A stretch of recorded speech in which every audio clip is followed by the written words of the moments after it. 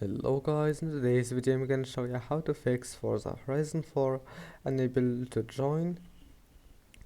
Unable to join session is easy. Click here and then type network. Click view network connections and then select your connection here. If you are using internet cable, just select the internet and then click protocol internet version 4 and select second one here and type those numbers, then click OK and close it, then type here CMD and type here ipconfig // DNS. Now click enter and then type net winsock reset and click enter. Before doing that, you need to run it as administrator.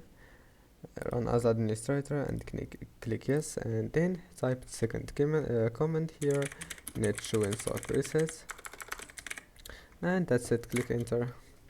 Now restart your PC and you will find that your problem is fixed. Don't forget to like and subscribe, and see you in the next video.